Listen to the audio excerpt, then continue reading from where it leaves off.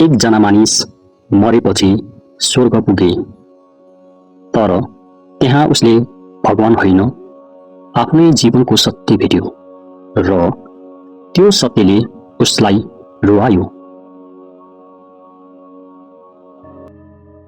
पुरानो समयमा एउटा गाउँमा एकजना मानिस बस्थ्यो। उसको नाम रमेश थियो। रमेश धेरै धनी थियो, तर उसको मन कहिले सन्तुष्टि थिएन। उसले सधैँ अरूलाई हेर्थ्यो, उसँग किन बढी छ र म किन अझै धनी भएन भन्ने कुरा र प्रश्नले उसको मनमा सधैँ कुरा खेलिरहन्थ्यो।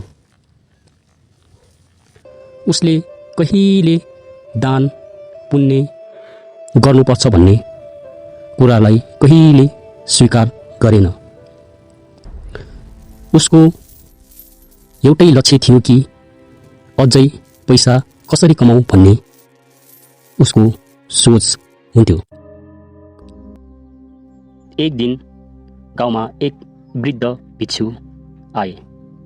त्यो भिक्षुले सबैलाई एउटा कुरा भने, जीवन क्षणिक छ, जे छ त्यसमा खुसी हुन सिक्नुपर्छ। तर रमेश हाँस्यो। यी गरिब भिक्षुहरूलाई के थाहा खुसी के हो र पैसा के हो भनेर। उसले त्यो सल्लाहलाई इग्नोर गरे। दिन बित्दै गए, रमेश अझै पनि धनी हुँदै गयो, तर उसको मन झन् खाली हुँदै गयो। एक रात रमेश अचानक बिरामी भयो। डाक्टरहरू उसको घरमा आए। औषधि उपचार सबै राम्ररी गरे तापनि ऊ कहिले निको भएन। तर उसको समय आएको थियो। मर्ने बेलामा उसले पहिलो पटक डर महसुस गर्यो र मनै सोचे, मैले के कमाए, पैसा कि पछुतो।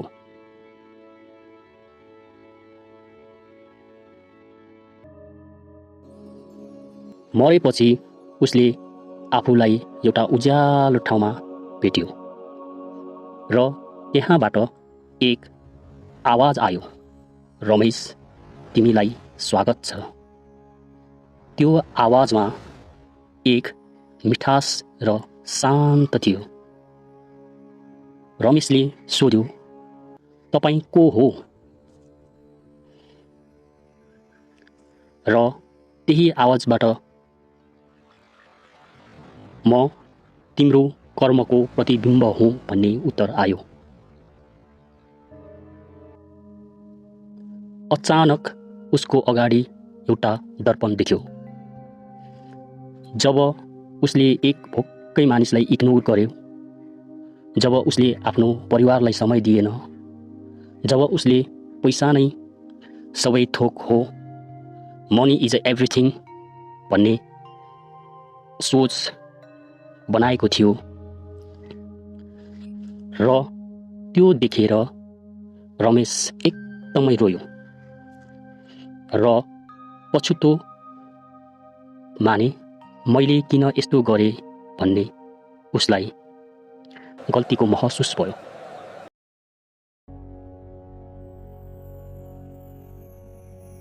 त्यो आवाज फेरि आयो,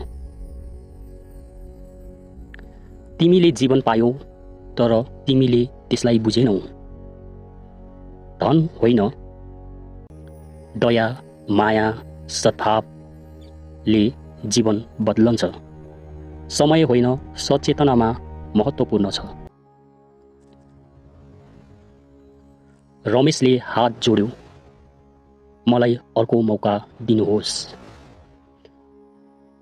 तर फेरि आवाजले भन्यो, जीवन फर्किँदैन, तर शिक्षा भन्ने कहिले सकिँदैन र मरिँदैन पनि। यो कथा रमेशको मात्र होइन, हाम्रो पनि हुन सक्छ। आज हामीसँग धन सम्पत्ति र राम्रो समय भए तापनि भोलिको दिनमा हुन पनि सक्छ, नहुन पनि सक्छ। तपाईँ आज के सोच्नुहुन्छ? लोभ कि शान्ति? यदि यो कथाले तपाईलाई केही सिकायो भने लाइक गर्नुहोस्, शेयर गर्नुहोस् र यस्तै गहिरा कथाको लागि हाम्रो च्यानललाई सब्स्क्राइब गर्न नभुल्नुहोस्।